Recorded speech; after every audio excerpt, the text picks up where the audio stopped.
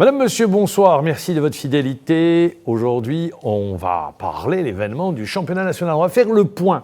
On va aller tout d'abord vers le bas du tableau, puisque pour le titre, c'est connu, c'est le Moudia d'Alger. Il y avait une finale, ce qui se jouait, disons-le, décisif, ce match entre Moudia d'Oran et Ben Aïknoun. Et c'est le Moudia d'Oran qui est en ballottage favorable. En revanche, la course pour la deuxième place, synonyme de Champions League africaine, eh bien, elle pourrait se poursuivre jusqu'à la dernière journée entre trois équipes, le CRB, le CSC et l'USMA d'Alger.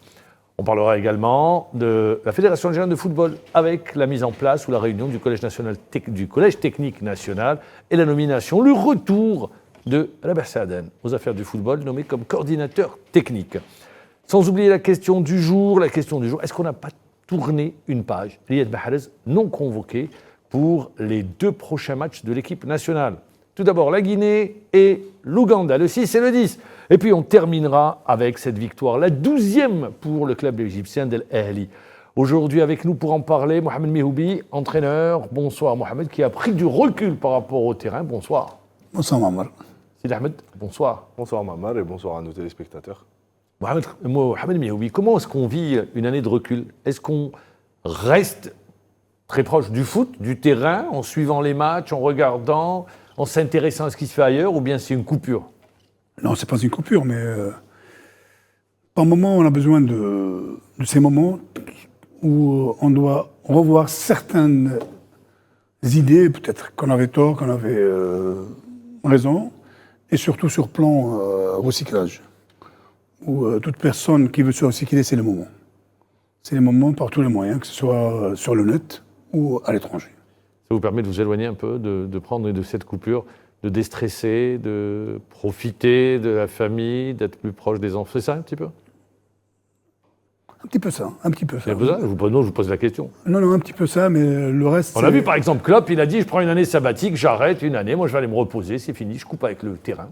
C'est pour ça que je vous pose la question. Ah oui, par moment, classe, on est blasé, on en a marre, surtout, avec toute modestie, le football algérien. Notre football qui est vraiment malade, sur tous les plans.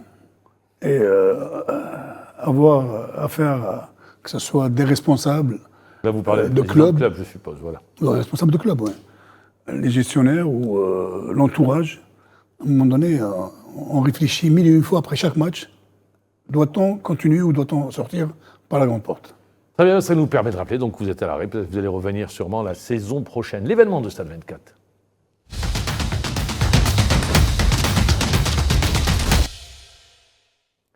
L'événement de Stade 24 avec la 27e journée du championnat de Ligue 1. L'intérêt se portait vers le bas du tableau. Il y avait un match à enjeu entre le Moudia d'Oran et Ben Aïknoun. Et c'est le Moudia d'Oran qui s'est imposé sur la plus petite des marges. 1-0. Kerroum qui est inscrit dans le temps additionnel de la première mi-temps. Un match, il faut dire, où il y a eu beaucoup d'arrêts, de contestations, mais on retiendra le résultat. Le MCO Sidi Ahmed qui se donne de l'air et qui prend 6 points d'avance sur le premier relégable, Ben Aïknoun.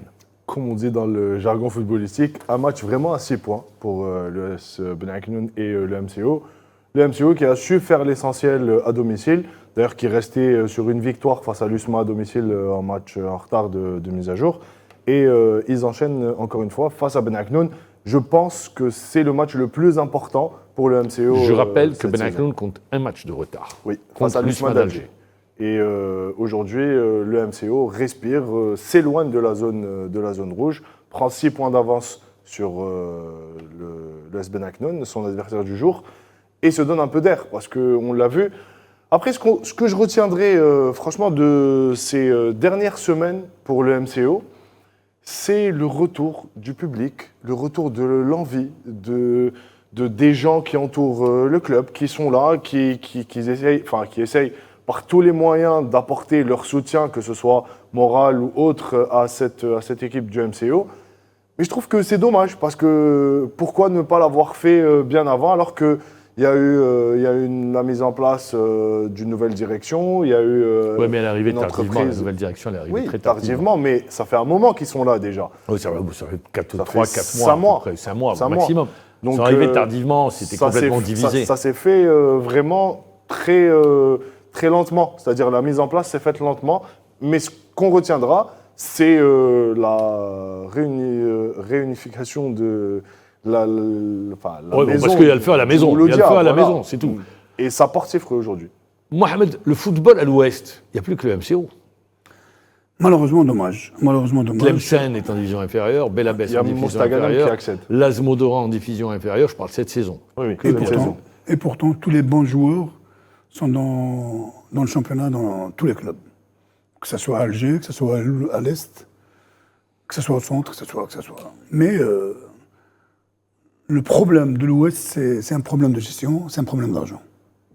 Que le MCO, rappelons-le, ça fait des années qu'ils jouent avec le feu. Hein. Ouais, j'ai travaillé au RCR. Ils ont failli se brûler plusieurs fois. Ouais, j'ai travaillé au RCR l'année passée. RCR, c'est Relizane, il faut le Relizane, préciser. oui, j'ai travaillé, ça remonte à 2004, avec le Sam Mohammedia. Malheureusement, il y a beaucoup de talents, beaucoup de jeunes dans l'Ouest. Les clubs ne sont pas bien structurés. Ouais, du tout. Chacun tire sa ficelle vers soi-même. Ils cherchent uniquement leur intérêt la veille d'un match. C'est tout. Ils sont présents la veille d'un match quand tout le monde est présent. Et le reste de la semaine, on est livré à nous-mêmes. Très bien, peut-être que cette victoire ou le maintien du MCO va enclencher une dynamique pour la saison prochaine. S'ils arrivent à se maintenir. Parce que je rappelle, hein, il y a le Bayad qui est concerné, il y a Khanchla qui est concerné, il y a jusqu'à 35 points, c'est pas encore joué. Magara aussi, qui a 34 points. Oui, vous avez Magara, donc vous avez Schleff. ça va vraiment, je pense que ça va jouer vraiment jusqu'à la dernière journée. Et quand on voit le calendrier des équipes qui sont concernées par la relégation, je pense que le MCO est bien parti pour, surtout après. C'est pour ça que je dis, c'est le match le plus important de la saison cette fois-ci. Ils réussissent à gagner face à un concurrent direct. Ils s'éloignent de la zone rouge et au vu du calendrier par rapport aux concurrents, je pense que le MCO est bien parti pour se maintenir. Mais comme vous l'avez dit, ça devrait être le signal d'alarme pour redémarrer Enclencher une dynamique. Exactement, redémarrer une nouvelle saison avec de nouvelles mentalités, une nouvelle direction. Il y a aujourd'hui une entreprise qui gère le club, qui est propriétaire. Donc je pense que le MCO a tous les moyens pour redevenir un grand du championnat algérien. C'est la ville, Oran, c'est la ville phare de l'Ouest. Ça a Tout été à un fait. club qui a eu un rayonnement au niveau continental. Rappelez-vous, ils ont perdu une finale. C'était à l'époque, l'année je l'ai oublié, mais je me rappelle, c'était en 97, 18. Non, la avant. finale de la Champions League africaine. Ils avaient perdu contre le Raja de Casablanca à l'époque. Entraîneur Saadane. C'était Saadane qui était entraîneur du Raja de Casablanca. Donc c'est pour vous dire, c'est une équipe qui a eu toute une histoire hein, par le passé. Bon, aujourd'hui, on va attendre pour voir, mais ce qui est sûr, c'est bien engagé. Ils sont en ballottage favorable. On va parler du haut du tableau. Ça y est, le Moudia d'Alger est sacré champion d'Algérie. Ça, on le sait, c'est fini. Reste la deuxième place, synonyme de Champions League africaine. La troisième et la quatrième pourraient être synonymes de qualification à la Coupe de la CAF. Tout dépendra du résultat de la finale, de la Coupe la finale d'Algérie. de la Coupe d'Algérie. Alors, ça va jouer entre le CRB, le CSC et l'USMA d'Alger qui comptent 2 matchs de retard. Pour vous, Mohamed Mihoubi, l'équipe, sur les 3 équipes que je viens de citer, sur la deuxième place, quelle est pour vous celle qui est en ballottage favorable sur cette fin de saison? Vu les 2 matchs en retard pour l'USMA d'Alger face au CSC et face à l'ESBA, moi je pense... Ben Aïkloun. Ouais, l'ESBA Ben Aïkloun. Moi je pense que le CRB et le CSC ensuite, c'est eux qui sont prétendants à la Donc deuxième pour vous, place. c'est l'USMA qui est bien parti pour la deuxième Non, place. je pense pas. Face au CSC, ça va être très difficile. Très bien. L'USMA, surtout en ce moment, le CSC voyage bien. Et, Ils ont gagné à Biskra 1-0. Ils livrent Dernier match. de très beaux matchs. Et ils savent ce qu'ils font, au sens propre du mot. Par rapport au CRB, le CRB est sur une dynamique, surtout les derniers temps, depuis le retour de Bouchard. Ils ont repris, surtout sur le volet défensif, une sérénité. Là, le Ils ont gagné CRB, difficilement contre le Bayern. 1-0. sur le plan offensif, mais sur le plan Ils ne marquent défensif, pas beaucoup de buts. Pratiquement 36 ou 38 buts depuis l'entame de la saison. effectivement. Ce qui reste faible comme ratio. Mais le CRB reste toujours une équipe de challenge. Reste toujours une équipe de challenge avec des joueurs qui veulent peut-être jouer une 3e ou une 4e fois consécutive une Coupe d'Afrique. 5e fois. 5e fois. 5e fois, ouais. Donc je pense que le CRB et le CSC, Sur un ballottage favorable, ça va jouer entre ces deux équipes. ça va se jouer Et sur à un degré moindre, vous un mettez degré l'USMA moins d'Alger. l'USMA d'Alger. Partagez, vous dites, vous allez dans le même sens ou vous dites non? Après, je C'est pense qu'aujourd'hui, quand on prend le classement et les matchs qui restent à jouer, l'USMA a son destin entre ses mains. Ah oui. Si l'USMA arrive à... L'USMA veut... aura 5 matchs. Exactement. Donc si l'USMA veut aller jouer cette Champions League et veut cette deuxième place, ils ont qu'à faire le job et ils ont leur destin entre leurs mains. Après, il y a aussi 2 confrontations qui vont être déterminantes. C'est-à-dire que la prochaine journée, le CSC reçoit le MCO. Et le CRB, le Mouloudia. Et le CRB jouera face au Mouloudia d'Alger. Donc, et par la suite, le CSC reçoit les 2 clubs qui jouent la relégation, le MCO et le S Benaknoun. Donc le CRB a un calendrier un peu plus facile, je dirais, pas abordable. Vous jouez le champion d'Algérie, le nouveau champion. Enfin, le nouveau champion avec une équipe complètement remaniée. Ils vont faire attention parce qu'il y a la Coupe d'Algérie qui arrive. Les deux.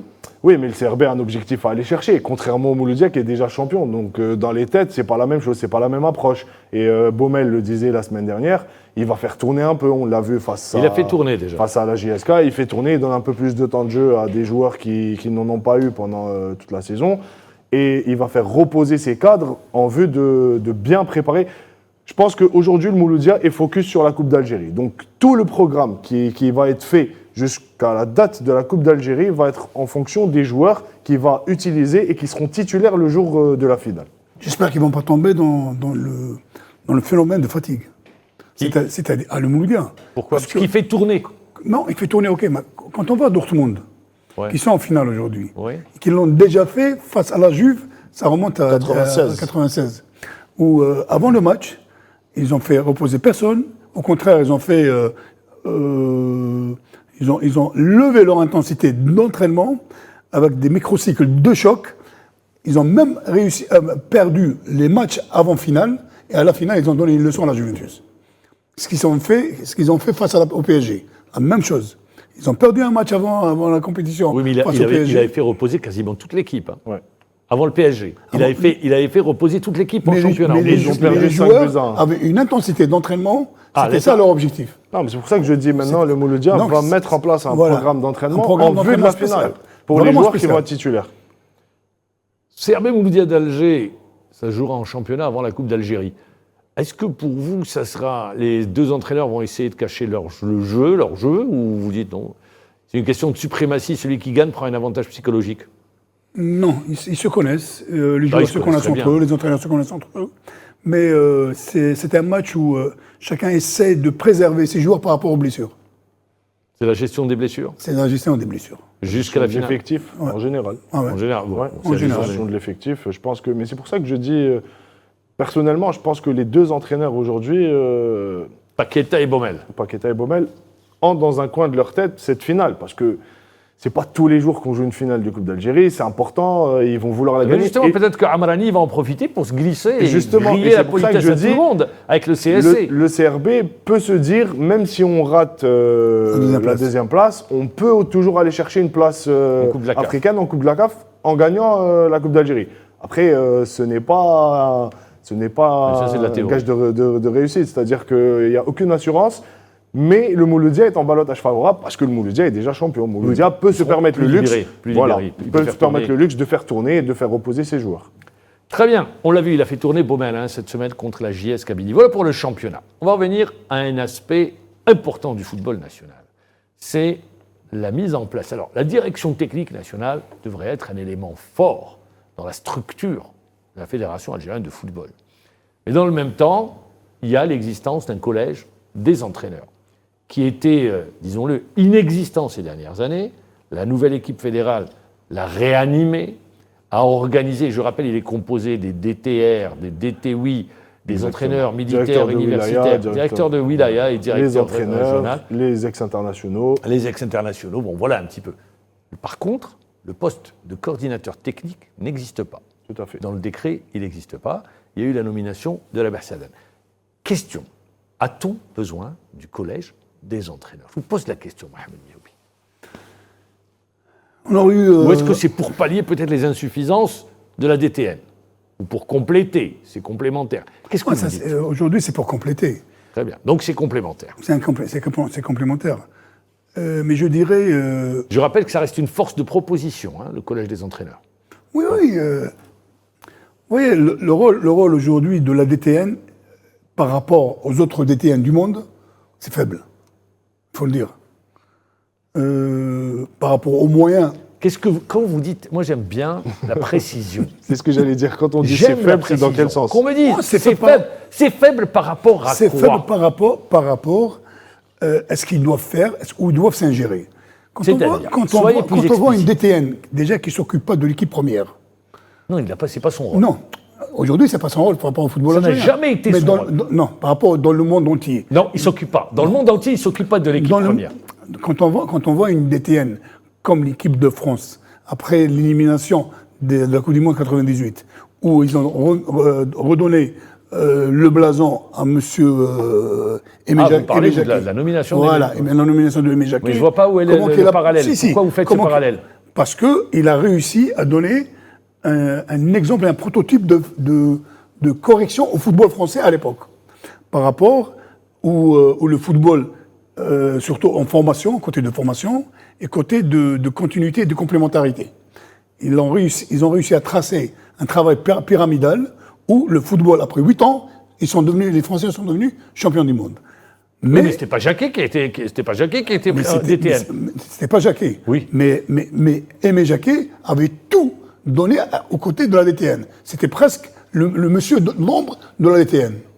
Oui, allez-y, je ne suis pas d'accord avec vous, mais bon, on ne va pas refaire l'histoire. Mais c'est l'histoire du football français. Donc aujourd'hui...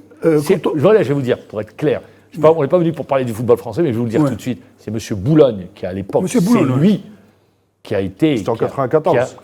Qui a révolutionné, qui a fait en sorte 94. que la donne change concernant la direction technique nationale française. Oui. D'accord. Et là, il y a eu des pistes, il y a eu un travail qui a été après, fait. C'était plus... Mais vous prenez les Français, vous prenez les Espagnols, vous prenez les Allemands. Bon, on regarde du côté de l'Europe. OK. Bon, revenons chez nous. Revenons chez nous. Oui. Avant tout, c'est une question de moyens humains. Et de moyens... ce qu'on a besoin de moyens techniques, pédagogiques.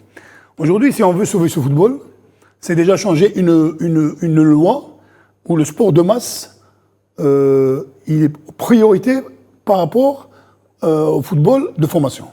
C'est-à-dire, quand on voit dans un stade tel que le Van Hout, tel que Bollorine, ou ailleurs, à Rouen ou à l'Est, où toutes les équipes proximatives de Hussein Dey, ou de Belcourt, ou de Bablouad, ou de Bollorine, ont le droit de s'entraîner avant une équipe telle que l'USMA ou le Mouldiat d'Alger, qui a le droit au terrain. Vous revenez sur l'utilisation de l'infrastructure. Voilà, l'utilisation. Voilà. Ça, c'est la chose la plus importante. Bon, ben, je vais vous la faire différemment. Ce que vous êtes en train de dire, oui, et que vous passez par l'infrastructure. Aujourd'hui, par exemple, la direction technique nationale devrait donner devrait donner la piste, c'est-à-dire obliger les clubs dont les entreprises sont propriétaires à avoir leur centre de formation. Ça devrait être une obligation motivée par l'argent, par des récompenses, à travers des étoiles ou comme vous voulez, c'est-à-dire chaque centre, et pour les clubs qui ont un centre de formation et selon le nombre de joueurs. C'est-à-dire des mesures incitatives. C'est ce qui vient de faire. Ça, c'est un aspect. Il n'y a pas que ça. Mais ça devrait être la réflexion qui soit engagée et puis qu'on mette les choses sur le maître mot de la DTN. Imposer. Bon, quand on me dit la DTN ne peut pas imposer, je suis désolé. C'est à elle d'imposer. Mais c'est à elle d'imposer. Alors, je veux bien. C'est pour ça que je vous dis, alors pour revenir au débat, pour vous, le collège technique est complémentaire de la direction technique nationale. Vient en complément. C'est un complémentaire. Très bien. Pour vous, c'est ça.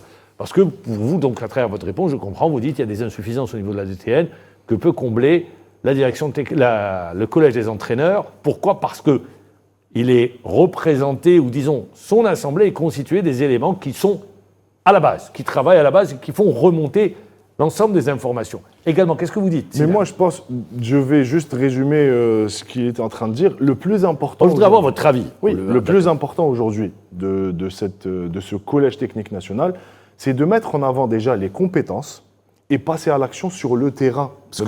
Mais attendez, quand vous me dites les compétences...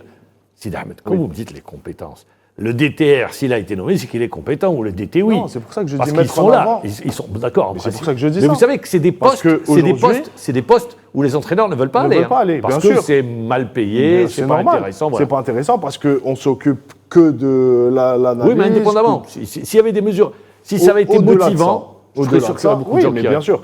Mais après, ce que je veux dire, c'est qu'il serait temps de mettre en avant les compétences, parce qu'en Algérie, on en a des compétences. Et aujourd'hui, je pense que les exemples sont nombreux de par le passé. On a réussi à faire de belles choses, que ce soit en jeune catégorie ou en équipe Après, première. quand vous me dites comme ça, citez-moi des belles choses.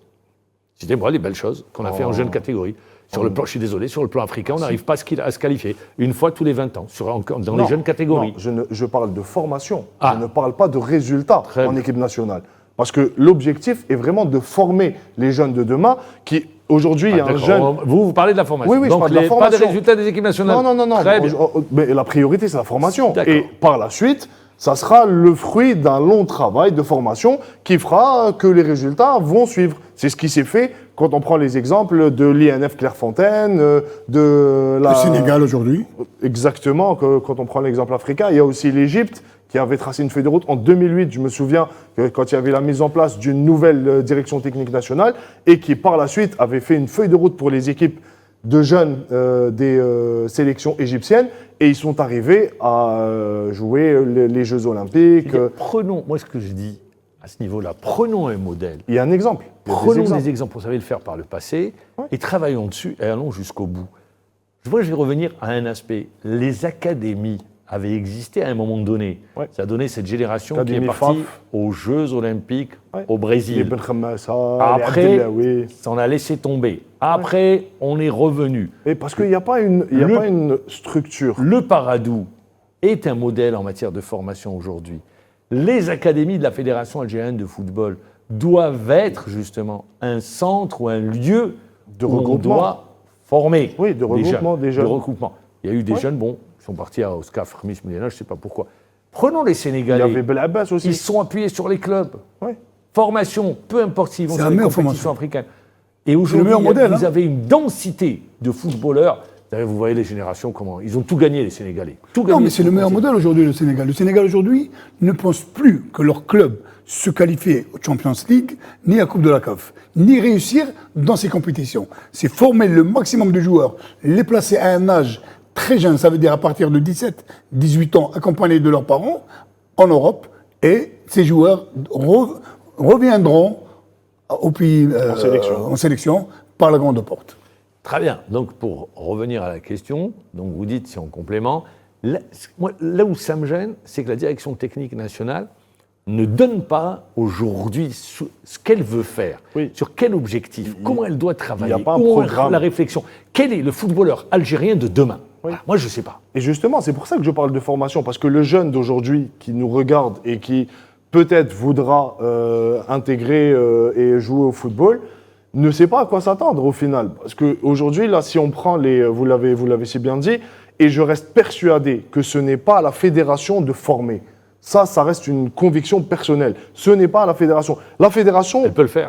Elle peut le faire. Non, mais ce n'est pas à la fédération de le faire. Non, c'est la au club, fédération tout d'abord. peut accompagner les clubs, peut mettre en place une structure ou un camp d'élite, c'est-à-dire pour les meilleurs, qu'on arrive à un pôle d'excellence. Mais pour la formation de base qui part de C'est la les clubs, préformation c'est les de 12, 13, 14 ans, c'est les clubs qui doivent le faire. Et c'est la DTN qui doit inciter les clubs à le faire, et non le Ça doit contraire. être une obligation Voilà. pour ceux qui évoluent à travers. C'est pour ça le que je cahier dis des passer à charges. l'action. Passer à l'action à travers le cahier Et des la charges plus pour grande- tous les clubs professionnels. La plus grande erreur aujourd'hui, quand j'entends dire qu'une équipe première qui est professionnelle doit avoir le nombre de joueurs plus 10 joueurs obligés de l'équipe réserve. De l'équipe réserve. C'est du n'importe quoi. Je veux dire, une équipe qui joue les premiers rôles, elle doit choisir son propre effectif. Quand il y a des bons jeunes qui émergent, mais c'est c'est sûr, là mais on doit Mais c'est ça les l'idée, c'est lancer. ça l'idée. C'est ce que vous dites. L'idée, Ouais. c'est celle-là. C'est d'aller puiser les meilleurs au niveau de l'équipe réserve. C'est pour ça, c'est pas grave, sinon on le récupérera tout à l'heure. Ce que je veux dire, c'est ça, l'idée est là, c'est de pouvoir aller puiser, comme cela se fait Bien sûr. ailleurs également. Mais d'ailleurs, c'est pour ça que Mais le championnat réserve...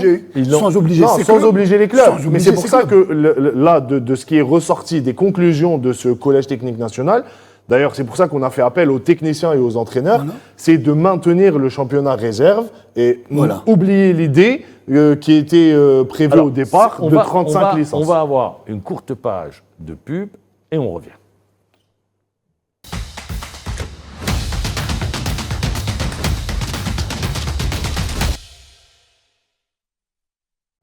Alors, on était sur la deuxième partie, on était sur le Collège technique national qui a été mis en place.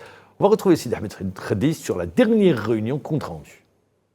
Le Collège technique national s'est réuni mardi dernier à Alger, regroupant une soixantaine de techniciens, des directeurs techniques régionaux, des directeurs techniques des wilayas et les directeurs sportifs des 16 clubs de l'élite. Le débat s'est porté sur les dispositions réglementaires ainsi que sur la gestion des championnats des jeunes catégories pour la saison à venir. Cette réunion a été dirigée par le DTN Amr Mansoul et Rabah Saaden qui a été nommé coordinateur général de ce Collège technique national. De nombreux sujets ont été évoqués dont le championnat des jeunes. Les différents intervenants ont notamment discuté du maintien du championnat des équipes réserves. Le maître mot de cette rencontre, mettre en avant les compétences, passer à l'action, aller sur le terrain et obtenir des résultats concrets. Ainsi, privilégier la communication entre les différents acteurs du football national afin d'instaurer un environnement de confiance entre la fédération et les techniciens pour assurer le développement de notre football qui ne cesse d'évoluer et particulièrement chez les jeunes catégories. Cette deuxième session du Collège technique national a rendu ses conclusions. Le projet sur les dispositions réglementaires est lancé.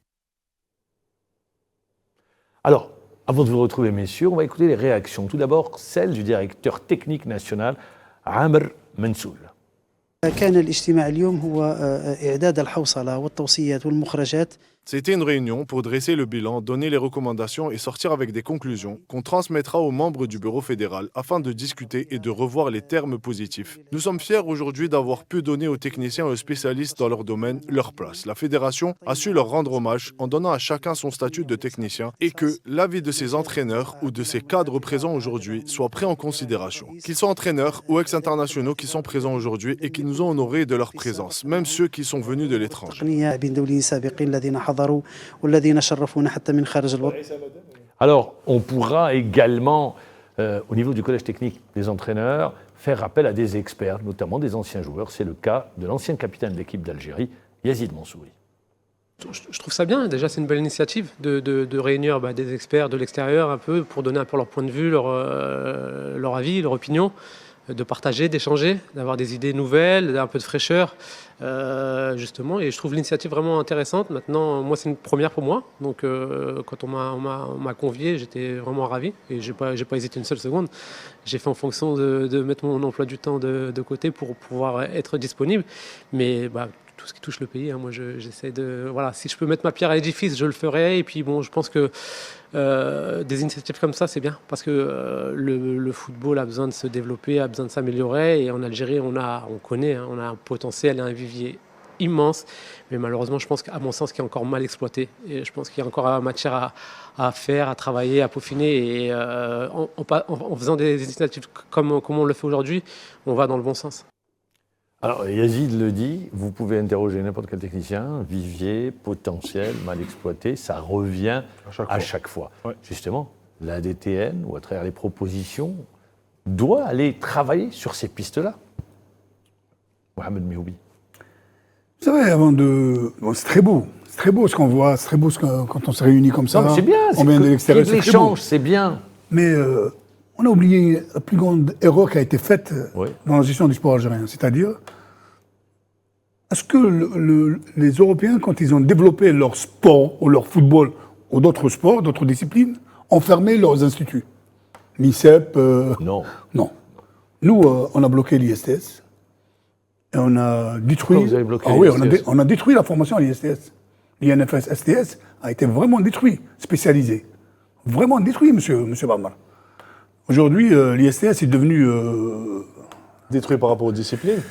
Par rapport à la formation, par rapport à la qualité de la formation... Ce qui me dérange dans le football, quand vous me dites l'ISTS... Ouais. Non. Je ne parle pas uniquement restons dans le football. On est sur une émission football, restons dans le football. Moi, vous me dites très important. Pep Guardiola, il n'a pas fait l'ISTS. Pep Guardiola, vous avez les écoles de foot. Pep Guardiola est entouré de 16 personnes formées. Oui, mais écoutez, voilà. Il arrive avec des idées. Moi, ce qui me gêne, c'est que vous, les entraîneurs, vous manquez d'idées. Non, monsieur Mamar. Et laissez-moi terminer. Allez-y. Mais non, parce que vous allez sur l'ISTS, vous allez sur un terrain... Aujourd'hui, quand on voit l'INSEP, on voit d'autres instituts... Mais l'INSEP ne sort pas... L'INSEP, c'est pas pour former des entraîneurs. Ok. Mais les gens qui travaillent dans une équipe, dans un staff, c'est des gens formés sur plan formation de jeunes, sur tous les plans. À partir de là, quand on met des techniciens Mansouri ou Antal. d'autres, Antal, Antal Yahya. des gens de terrain. Un diplômé de Limoges, hein, je Oui, vous rappelle. oui, de Limoges. Ça reste une référence. Diplômé en gestion. Oui. Diplômé en gestion. Oui. Gestion. Ça diffère entre gestion, gestion sportive. ouais, gestion sportive et autre chose. Donc aujourd'hui, quand on met des gens adéquats, avec un staff élargi, avec des gens qui maîtrisent certaines qualités, comment faire arriver ce jeune de cet âge à cet âge sur le plan physiologique, anatomique, Très bien. force, qui maîtrise tous les voilà, aspects de la formation. et mettre des les gens, aspects de la formation. mettre des gens de terrain avec. Là, on va réussir notre football. Si on laisse une personne, que ce soit formée de ce côté ou formée de ce côté, on va se perdre. On va se perdre. Il n'y aura pas de la bonne qualité de formation par rapport au football mondial. Voilà. Sidi Ahmed. Moi, je pense que de ce que vous êtes en train de dire, déjà, de base, c'est de mettre en place vraiment, d'impliquer tous les clubs de l'élite. Ça serait, Ils ne peuvent pas y être, les entraîneurs de l'élite. Ils ne sont pas partis. On peut faire appel à eux. Mais bon. impliquer les clubs de l'élite Très bien. dans la formation. Dans la formation. Bien Voilà. sûr, on parle de formation, Ok. on parle pas d'autre chose. Vraiment impliquer tous les clubs de Ah l'élite. si, mais la DTN, vous avez plusieurs. Vous avez la formation des entraîneurs. Non, là on parle de formation parce qu'il Très a bien. cité Ok. l'exemple de Très bien. l'INSEP C'est pour ça que- et de l'ISTS. Mais au-delà de ça, je pense que les réels formateurs de demain se trouvent déjà sur le terrain. C'est-à-dire qu'il faut aller puiser chez des gens qui ont de l'expérience, qui ont déjà du vécu, qui ont un passé. Et avec les études et les diplômes obtenus, ils peuvent apporter un plus à la future génération, que ce soit d'entraîneurs ou de directeurs sportifs. Mais vraiment, les DTS, pourquoi on a fait appel aux DTS des clubs. Parce que pour moi, c'est vraiment le poste qui est le plus important aujourd'hui chez les jeunes. Si vous faites appel à un DTS qui ne sait pas où il va, qui ne maîtrise pas les aspects formation et, comme a dit Mohamed, de la préformation jusqu'à signer son contrat professionnel, vous serez dans le faux. On ne fera que parler pour parler et ça durera des années encore. Donc aujourd'hui, vraiment, il faut se mettre au travail, il faut aller sur le terrain et mettre les gens qu'il faut à leur place. La nomination de Rabah Saadane, qu'est-ce que vous dites? Le retour de Rabah Saadane aux affaires. Comme coordinateur technique. Hein. Un poste qui n'existe pas. Coordinateur général. Coordinateur, il n'existe pas le poste, bon, il a été créé. Il a été créé. Qu'est-ce que vous dites? C'est quoi comme rôle? Coordinateur technique. Et il doit chapeauter Ça va être le lien entre la DTN et les clubs. Et et le le collège. collège. Et les clubs aussi. J'espère qu'il va réussir. Oui, bon, ça va être une force. Il va... Parce que c'est un poste où... Après, c'est différent de ce qu'il a l'habitude de faire, Ouais, j'ai envie de complètement, dire. complètement. C'est pas Il a du tout la occupé le même poste chose. de DTN. Oui, et il a occupé le Entraîneur poste de national. sélectionneur. Voilà. Mais c'est vraiment différent. Là, on est sur une toute autre configuration. Il va devoir s'adapter. Moi, la question que je me Est-ce pose, qu'il a l'énergie? justement, est-ce qu'il a encore la motivation et l'énergie pour le poste, justement, parce que c'est un poste qui demande beaucoup de temps, qui demande beaucoup de sacrifices, beaucoup de, on va dire, c'est quelque chose qui n'est pas aisé pour quelqu'un qui a l'âge de Rabah Saadane. On lui souhaite 78 ans. ouais, on lui souhaite Longue vie. de rester en vie encore très longtemps. D'apporter son expérience. Mais bon, la Après, question, c'est il a de l'énergie. l'expérience. La chose est sûre, c'est qu'il a de l'expérience niveau terrain. Première qualification au mondial, deuxième Oui, qualification. il et a troisième l'expérience et il a les diplômes nécessaires. Donc après, c'est qualification. encore C'est la une question fois, de l'énergie, moi je le dis, l'énergie parce qu'il faut encore de une fois, l'endurance. est-ce qu'il est faut travailler, capable voilà. d'apporter C'est toute la question. Exactement. Eh bien, on va à la question du jour. La question du jour, elle est liée à la fenêtre FIFA du mois de juin.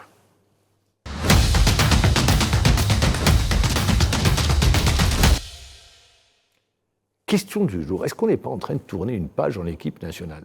Riyad Mahrez, le capitaine à la dernière Coupe d'Afrique des Nations, absent lors des derniers matchs avec le nouvel entraîneur Petkovic, qui n'est pas convoqué pour les 2 prochains matchs, le 6 juin contre la Guinée et le 10 contre l'Ouganda à Kampala. Je pose la question. Vous savez, dans une équipe nationale, c'est une complémentarité. Et par rapport aux dernières sorties de M. Mahrez, qui est un excellent joueur, c'est pas à moi de présenter, malheureusement, son rendement au niveau de l'équipe nationale, il a été critiqué par... Non, il a baissé, même lui le reconnaît. Ouais, même lui le reconnaît. D'ailleurs, même lui le reconnaît. Mais aujourd'hui, pour que ce joueur réussit dans un groupe, c'est pas à moi de donner des leçons. Quand on voit sur ce côté droit, un joueur, on lui demande d'attaquer, l'attaquant lui demande de défendre. Un Attal doit attaquer, Mahrez doit défendre. Tout ça, c'est une philosophie de jeu. C'est des joueurs en place par rapport à la complémentarité des milieux de terrain qui peuvent couvrir ces joueurs à leur place et par rapport à la disposition de ces joueurs par rapport au jeu. Donc aujourd'hui, la faiblesse, c'est pas Mahrez par rapport à son rendement. Ou bien Attal par rapport défensivement. Oui, allez-y. Défensivement par rapport à son rendement. Mais la complémentarité de certains joueurs, même s'ils sont bons dans leur club, qui ne peuvent pas faire ce travail par rapport à ces deux. Donc qu'est-ce que vous dites? On est en train de tourner une page. Mahrez, Non. Depuis que l'arrivée de Petkovic. Mahrez aujourd'hui reste Mahrez. Non, mais ça c'est sûr. La Intrinsèque. question que je vous pose, est-ce que pour vous, on est en train de tourner la page Mahrez? Je ne pense pas. Peut-être le nouvel entraîneur, le nouveau sélectionneur, qui lui évite ces deux matchs pour pouvoir mieux rentrer après la qualification, ce qu'on souhaite. Qu'est-ce que vous dites, Sidi Ahmed? On tourne la page Moi, ou pas? je suis pas très d'accord. Moi, je pense que déjà, il faut un peu revenir en arrière. Il y a eu 2 épisodes. Il y a eu l'épisode où Mahrez avait appelé le sélectionneur à son arrivée Pour lui dire ne pas pour le lui convoquer. demander de ne pas être présent lors de son premier rassemblement, lors de la présentation de Petkovic. Et je l'avais dit ici même, pour moi, c'est un manque de responsabilité. Mahrez, en tant que capitaine, se devait d'être là, même si l'envie n'y est pas. Peut-être qu'à un moment donné, il a senti qu'il voulait... Est-ce qu'on va pas vite en besogne quand on parle d'envie? Il sort d'une Coupe d'Afrique des Nations, il est Oui, mais déçu. justement, c'est là où la force de il caractère... n'est pas au mieux, il dit laissez-moi un peu de repos. Peut-être, je dis peut-être. Ah ouais, peut-être, mais c'est pour ça que je dis que c'est là où on voit la force de caractère d'un leader, d'un capitaine. Il a été leader. Oui, Il est c'est leader. un leader technique. C'est un Oui. leader technique sur le terrain, qu'on le veuille ou pas. Mais depuis 2019, quand on reprend un peu les matchs qu'il fait depuis 2020 à 2024, il est en baisse de forme. Il est vraiment en Donc dessous pour vous, de on est en train de ce qu'on tourner a une page? connu. Pour moi, oui. Forcément, oui. Vu ce qui est en train de se passer, ça me rappelle un peu ce qui s'était passé avec Karim Ziani, avec Vaïd. Halilhodžić. Quand Halilhodžić est arrivé, il avait écarté directement. Ziani ne voulait pas venir pour le stage qui avait suivi. D'ailleurs, ça avait fait toute une polémique. Mais aujourd'hui, pour moi, là, sur le deuxième acte entre Petkovic et Mahrez, on s'attendait à qui allait appeler l'autre. Est-ce que Mahrez allait appeler Petkovic pour lui dire « Oui, je suis prêt, coach, pour ce stage, faites appel à moi » ou est-ce que Petkovic allait appeler Mahrez et le mettre dans la liste? Or, ça ne s'est pas fait. Donc aujourd'hui, clairement, Petkovic a mis de côté Riyad Mahrez pour le moment et je pense que ça va aller de mal en pis pour Riyad. Surtout si sur le côté droit, sur les c'est matchs. le football. Ah, S'il y a oui, quelqu'un bien sûr. qui- Si quelqu'un qui prend la place. Donc, Parce qu'il n'y a pas que on Riyad, n'en parlera plus. il y a hein. Slimani également qui Il y a n'a pas été Belaïli retenu. aussi qui n'a pas été Mais je dis, appelé. Slimani, Belaïli, tous les anciens, toute cette équipe de 2019, Ouais. on est en train au fur et à mesure, et puis il y a eu le rappel de Brahimi Oui. en équipe nationale. Je pose la question, Brahimi, Mahrez, il n'y a pas un problème Justement, d'ego? est-ce qu'il y a toujours eu, on a toujours dit qu'il y avait un petit problème dans le vestiaire entre Brahimi et certains cadres. Donc, est-ce que le retour de Brahimi ne fait pas que ces joueurs-là ne veulent plus être Ah ouais, c'est une présents? bonne hypothèse. Hein. Donc, Ça s'est fait par le Tous. passé, pour ceux qui ont de la mémoire. En 1990, le regretté Abdelhamid Kermali Belloumi. devait faire des choix forts parce qu'il avait monté une équipe. Eh bien, il avait sacrifié Belloumi parce que toute l'équipe tournait autour de Madjer à l'époque.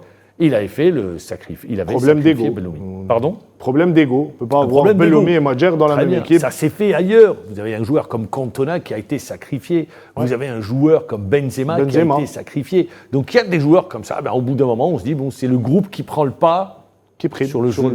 l'individuel. Même si Mahrez n'a jamais posé de problème. très juste. Faut le rappeler. Non, bien sûr. Mais plutôt, c'est la vie- moi, ce que je la vie reproche du un groupe. peu, oui, c'est la vie de groupe, c'est la vie du vestiaire, c'est un tout, c'est un sport collectif. Donc, il faut vraiment s'adapter, s'intégrer. Après, comme vous le dites, pour moi, Mahrez n'a jamais été un problème en équipe nationale. Il est toujours, c'est le bien-aimé, c'est le grand frère, c'est celui avec qui on discute. Mais aujourd'hui, moi, ce que je peux reprocher à Mahrez sur son manque d'envie sur le dernier stage du mois de mars, pour moi, il aurait dû être présent. Même si par la suite, il aurait eu à faire des choix forts, de dire à l'entraîneur de ne plus l'appeler parce qu'il ne se sent pas bien, mais pour la première de Petkovic, pour la présentation, déjà, au vu de ses partenaires, au vu du groupe, ça aurait été important. Mais là, de ne pas le voir et surtout de dire que c'est lui qui a demandé à ne pas être présent pour des considérations personnelles parce qu'il ne se sentait pas bien, on peut comprendre. La vie d'un footballeur de haut niveau, d'un sportif de haut niveau est compliquée. C'est honnête, il a joué l'honnêteté. Oui, il a joué l'honnêteté. Il a joué l'honnêteté, il n'est pas bien. Il n'est pas bien. Mais après, c'est pour ça que je dis parfois, il faut avoir le courage, il faut faire des concessions pour le groupe. Parce que aujourd'hui, qu'on le veuille ou pas, sur le plan technique, en termes de stats, Mahrez reste une légende de l'équipe nationale. Mais en termes de leadership, ça n'a jamais été un meneur d'hommes. Je n'ai jamais trouvé ça en Riyad. Très bien. C'est des retours de vestiaire, ça? Un petit peu. Très bien. Mohamed.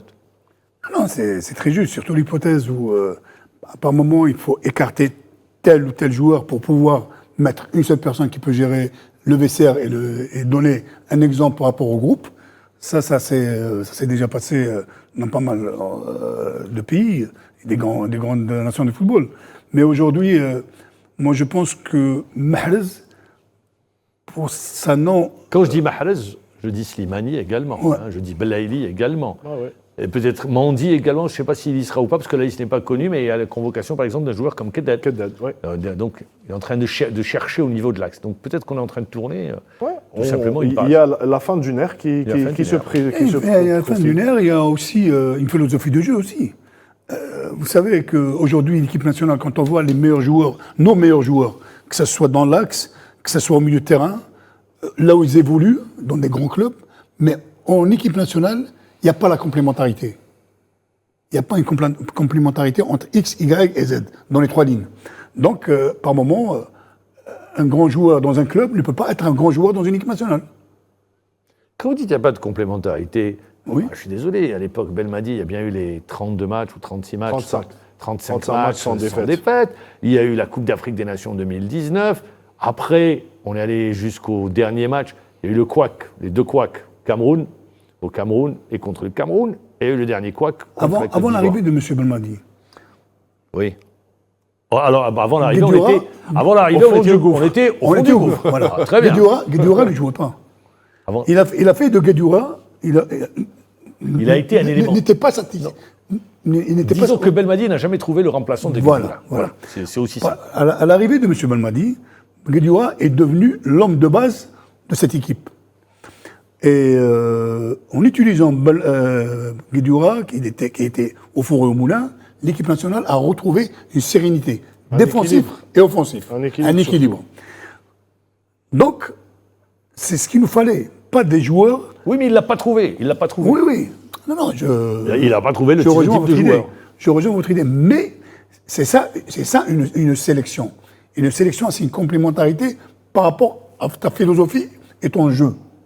Donc la couverture qui se faisait surtout pour les latéraux, droit et gauche, et dans l'axe, avec Mendy et Belhamri, c'était le rôle de M. Guedioura. Et le glissement de certains attaquants. C'était ça le point fort de l'Algérie, et repartir vite avec des flèches Dans qu'on la avait. transition. On jouait dans la Voilà, transition. la transition. Voilà. Donc, on a réussi à avoir une le grande équipe nationale en Très bien. 2019. Vous dites le départ de Guedioura a affaibli complètement l'équipe nationale. C'est ce que je comprends. Ouais. Et on se cherche depuis. Non, on se cherche depuis, malheureusement.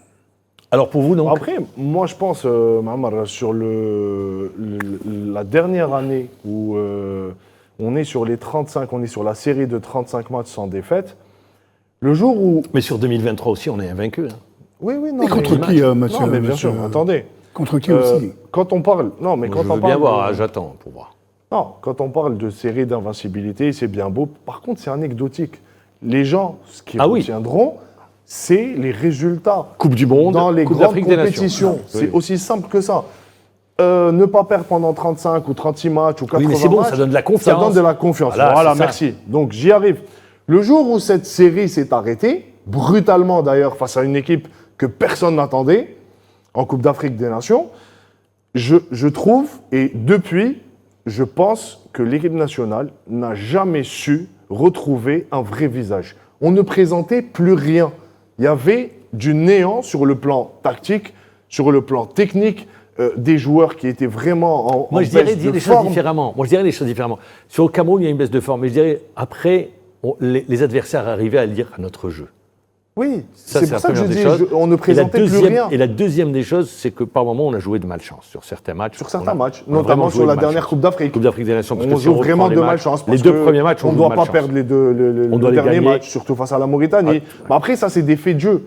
Mais quand on va dans la continuité, je trouve que ça stagnait à un Donc- moment donné. Il n'y avait plus d'évolution. Et même les joueurs n'évoluaient plus individuellement. C'est-à-dire qu'il y avait un déséquilibre. Très bien. Donc pour vous, si je vous comprends, on est en train de tourner une page. Il y a une nouvelle équipe qui est en train, de nouveaux joueurs qui sont en train de s'installer. On attendra la liste de l'entraîneur Petkovic. Je rappelle qu'on est... Elle tombera mercredi. Mercredi, elle tombera et ça sera le jeudi 6 où il y aura ce match qu'il faudra Exactement. gagner en éliminatoire de Coupe du Monde contre la Guinée, qui est un adversaire direct à la qualification. Et on va terminer avec des hauts et des bas consacrés à la Champions League africaine.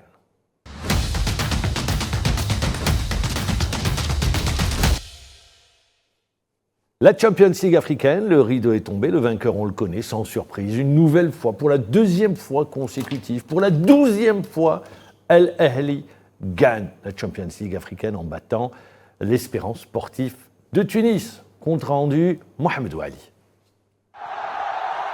Le club d'Al Ahly confirme son statut de géant du football africain en remportant sa 12e Ligue des champions d'Afrique, en s'imposant face aux Tunisiens de l'Espérance sportive de Tunis, 1-0 lors d'une finale retour intense et disputée. Ce nouveau record consolide la suprématie des Égyptiens et les installe confortablement sur le toit du football africain. Félicitations au club pour ce 12e trophée africain. Nous étions concentrés et déterminés. Avec l'aide de Dieu, on n'a pas été déçus. Et la chose la plus importante, c'est que nous ayons gagné ce match. Félicitations pour tous les supporters et pour le club d'Al Ahly. Au stade international du Caire, la finale retour a tenu toutes ses promesses, malgré l'ambiance électrique qui a régné tout au long des 90 minutes. Dès le coup d'envoi, les Kairotes ont imposé le rythme, inscrivant le seul but de la victoire. À défaut d'avoir essayé, les Tunisiens de l'Espérance ne parviendront pas à revenir dans le match, et ce, jusqu'au coup de sifflet final. La nuit a été longue pour les milliers de supporters d'Al Ahly qui ont envahi les rues de la capitale, le Caire, pour célébrer cette victoire qui scelle définitivement la domination égyptienne en Ligue des champions d'Afrique. Le club Al Ahly est le numéro 1 en Égypte. Et si Dieu le veut, nous remporterons le prochain match de la Super Coupe. C'est le tempérament du club Al Ahly, le tempérament du héros, le tempérament de gagnant, de championnat. Félicitations pour Al Ahly et félicitations aux 100 millions de fans du club. Avec cette consécration, Al Ahly étend son palmarès déjà impressionnant et assoit sa suprématie sur le football africain. Si l'appétit vient en mangeant et la soif s'en va en buvant, les Égyptiens ne comptent pas s'arrêter en si bon chemin. Leurs yeux sont désormais braqués sur la Super Coupe d'Afrique. Al Ahly n'ont plus de place dans leur armoire à trophées. Meilleure équipe africaine de tous les temps, Al Ahly, 12e titre. Comme vous aimez surprise, si bien le dire. C'est le Real Madrid africain. Voilà, merci. Sans surprise. Vraiment, sans surprise. L'Espérance n'a jamais existé sur cette 0-0 à l'aller. 0-0 à l'aller, je l'avais dit la semaine dernière, très bonne opération pour l'Ahly en sachant ce qui allait les attendre au Caire. Et pour finir, je voudrais juste dire, on parlait tout à l'heure de formation, on a un exemple aujourd'hui qui est vraiment là, concret. Ça se travaille. Le fait que l'Ahly et Zamalek soient sur le toit de l'Afrique, ce n'est pas le fruit du hasard. Mohamed Mihoubi. Leur secret, le Ahly, il est simple. c'est que le travail pyramidal qui se fait dans certaines écoles proximatives en dehors du Caire, pour arriver à joindre l'école de football de Ali ou bien l'équipe U15, il faut passer par pas mal d'étapes. Eh bien, très bien, vous avez très bien résumé, et ça a été cette saison une victoire sur les compétitions africaines 100% égyptiennes. Mohamed Mehoubi, merci encore une fois d'avoir répondu à notre invitation. Sidi Ahmed Khaddis, c'est toujours un plaisir de vous retrouver. Merci à toute l'équipe technique qui nous a accompagnés. Moi, je vous dis au revoir, bonne soirée et à la semaine prochaine.